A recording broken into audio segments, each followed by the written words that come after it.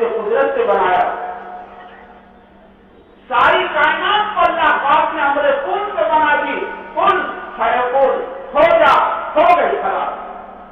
لیکن انسان کہتے کہ انسان کو اللہ پاک نے امر کن سے نہیں بنایا، اس کو تو اپنے دست قدرت سے بنایا.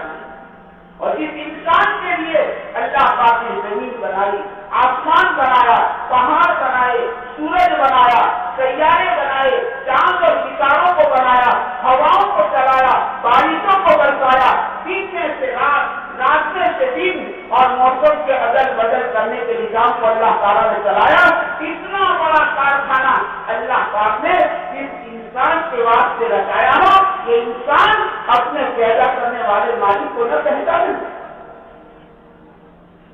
اس کا مقصد حیات بیان کیا گیا دیکھو، یہ مقصد زندگی ہے اپنے پیدا کرنے والے مالک کو پہچانا. اس اللہ پاک نے انبیاء علیہ السلام کو بھیجا اور نبیوں نے آ کر سب سے پہلے لوگوں کو اللہ کی پہچان کرائی. اس طرح بزرگ تھے میاں جی محراب صاحب رحمۃ اللہ علیہ فرماتے تھے اللہ پاک نے نبیوں کو سب سے بڑا وظیفہ جو دیا تھا وہ لوگوں کو اللہ کی پہچان کرا، اللہ کی بڑائی کر جا، اللہ کی بڑائی کر جا.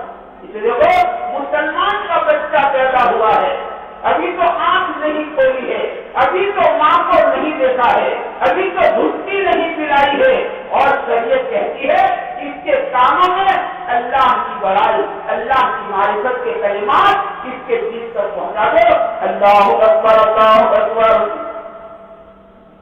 سب سے پہلا سبق ہمیں دیا تھا یہ، ہمیں اللہ کی بڑائی کو پہنچایا گیا، اللہ کی پہچان ہمیں کرائی گئی کہ اللہ کو پہچان کر زندگی گزار. یہ سب سے پہلا کام ہمارا مقصد زندگی ہے. اسے قرآن کریم کہتا ہے ہم نے زمین اور آسمان کے درمیان بہت ساری نشانیاں ایسی چھوڑی ہے جس سے انسان ہم کو پہچان لے. یہ آسمان کو دیکھ کر اللہ کو پہچان سکتا ہے. اتنا بڑا آسمان اور اتنا بھاری بھرکم آسمان کہ زمین پر جتنی مخلوقات ہے اس سے 30 گنا زیادہ مخلوقات پہلے آسمان پر ہے. اتنا بھاری بھرکم آسمان بغیر ستون کے ہمارے سروں پر کھڑا کرنے والا کون ہے؟ یہ آسمان کو دیکھ کر اللہ کو پہچانے، یہ زمین کو دیکھ کر اللہ کو پہچانے. اتنی بڑی زمین اور ایسی زمین ہم نے اتنی سخت نہیں بنائی کہ آپ کھودنا چاہو تو کھود نہ سکو، اتنی نرم نہیں بنائی کہ آپ چلنا چاہو تو چل نہ سکو.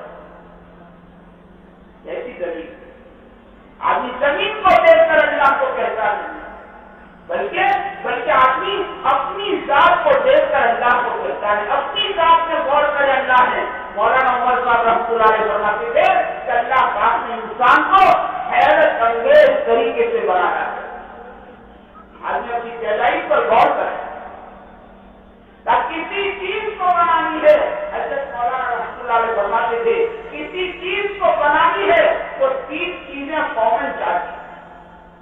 ایک اجالا چاہیے، اندھیرے میں کوئی چیز نہیں بن سکتی ہے، کوئی چیز نہیں بنے گی. آپ ٹیلر صاحب کو کہو اندھیرے میں ذرا آستین اسپیکر دے دو تو اندھیرے میں نہیں دی جاتی.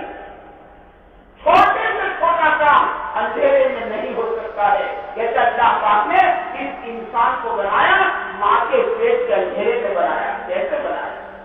ماں کے پیٹ میں کون سا ہوگا اور برابر بنایا ہے. آنکھ کیسی اپنی جگہ پر، کان کیسے اپنی جگہ پر، ہاتھ کیسے اپنی جگہ پر، پیر کیسے اپنی جگہ پر، کیسا بنایا. اور 360 جوڑ اللہ پاک نے ماں کے پیٹ کے اندھیرے میں فٹ کیے ہیں. 1 نہیں 2 نہیں، آپ بتا تو بتاؤ. 360 جوڑ اور 360 جوائنٹ اللہ پاک نے انسان کے بدن میں فٹ کیے اور برابر کیے ہیں. ایک جوڑ اتنا قیمتی اللہ پاک نے بنایا کہ اس کے بغیر آدمی کا جینا مشکل ہو جائے. پیروں کا جوڑ کیسا ہے، انگلیوں کا جوڑ کیسا ہے، یہ ہاتھ کا جوڑ کیسے جوڑ ہے. آپ بتاؤ اگر اللہ تعالیٰ یہ ہاتھ کا ایک جوڑ نہیں بناتے، ایک جوائنٹ نہ بناتے تو انسان کھانا کیسے کھاتا؟ بتاؤ کیسے کھاتے ہیں؟ آمنے سامنے بیٹھو، آپ مجھے کھلاؤ میں آپ کو کھلاؤ، ایک ایک جوڑ اللہ پاک نے کتنا قیمتی بنایا، ایسے 360 جوڑ اللہ پاک نے انسان کے بدن میں فٹ کیے، اندھیرے میں کیے اور برابر کیے، اندھیرے میں بنایا برابر بنایا۔ دوسری چیز کا کسی چیز کو بنانا ہے تو جگہ وسیع چاہیے، بڑی جگہ چاہیے۔ یہ اللہ پاک نے انسان کو بنایا، ماں کے پیٹ میں تنگ جگہ میں بنایا، ایک بارش کا پیٹ جیسے اتنی تنگ جگہ میں اللہ پاک نے انسان کو بنایا، اور کیسا بنایا؟ بہت تنگ جگہ ماں کا پیٹ، اور پھر کہتے کسی چیز کو بنانا ہے، آپ سپر چیز بنانا چاہتے ہیں تو اس کا مٹیریل سپر چاہیے، رف مٹیریل سے سپر چیز نہیں بن سکتی۔ کہتے اللہ پاک نے انسان کو اشرف بنایا، سپیریئر بنایا، ساری کائنات میں اور ساری مخلوقات میں اس انسان کو اللہ پاک نے اشرف بنایا ہے، اور اس کے بنانے میں جو مٹیریل استعمال کیا ہے وہ پانی کا چھوٹا گندا بدبودار کچرا مٹیریل ہے، اور بنایا کا ساری مخلوقات میں اشرف بنایا، ساری مخلوقات میں۔ آدمی اپنی پیدائش پر غور کرے، اسے اللہ کی پہچان نصیب ہو جائے، یہ اللہ کو پہچان لے۔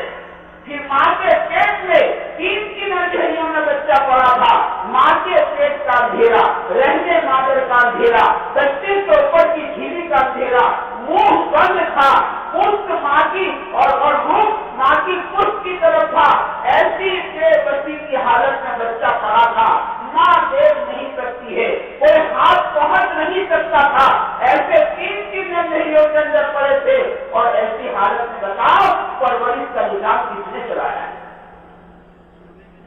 آج سوچے دنیا میں آنے کا وقت آیا، راستہ بڑا تنگ تھا اور تنگ راستہ تھا، اللہ پاک نے اپنی قدرت سے فرشتوں کا نظام چلایا، فرشتے نے آ کر پر مارا راستہ بنایا، اور پر کے اوپر بچے کو لے گیا، سپر صحیح رہے۔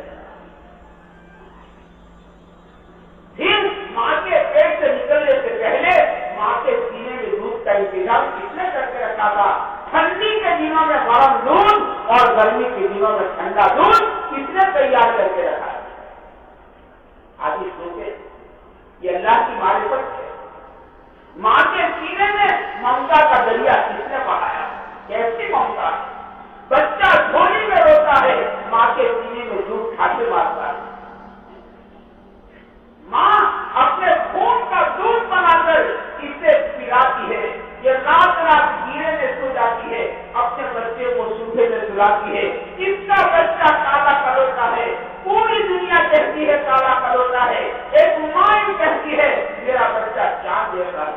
یہ ممتا کا دریا کس نے بہایا؟ آج اللہ کو کہتا